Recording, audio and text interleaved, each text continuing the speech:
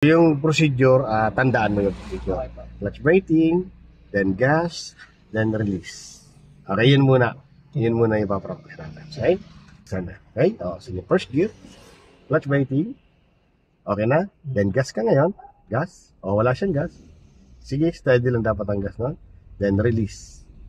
Ganon. Ano? Clutch braking. Yes. Then gas agad.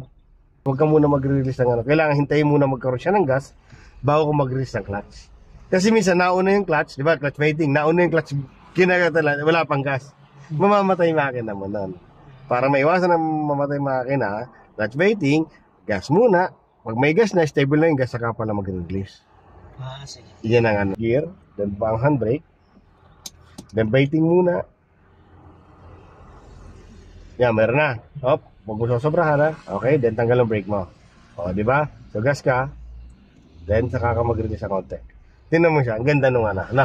So hindi siya gumalaw, hindi siya umatras kasi may biting point ka.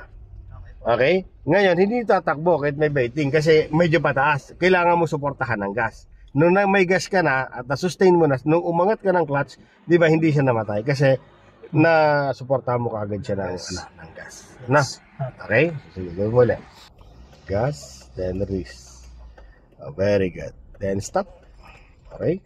So, ang ginagawa naman sa ngayon ni Sir, ito yung pang pro o galawang professional. Ito yung pag-release ng paa sa brake, nasa gas na kagad, gas, then release ang first gear, then saka gas, then release ang clutch. O, di ba? Napapansin mo? Bumabagsak yung yung ating gas na dapat hindi. Stop ka muna. Okay? So, first gear, gas, steady gas, then release ang clutch. Yes, dapat nandun sa 2,000 RPM para hindi mamamatay. Lalo na kung medyo pataas.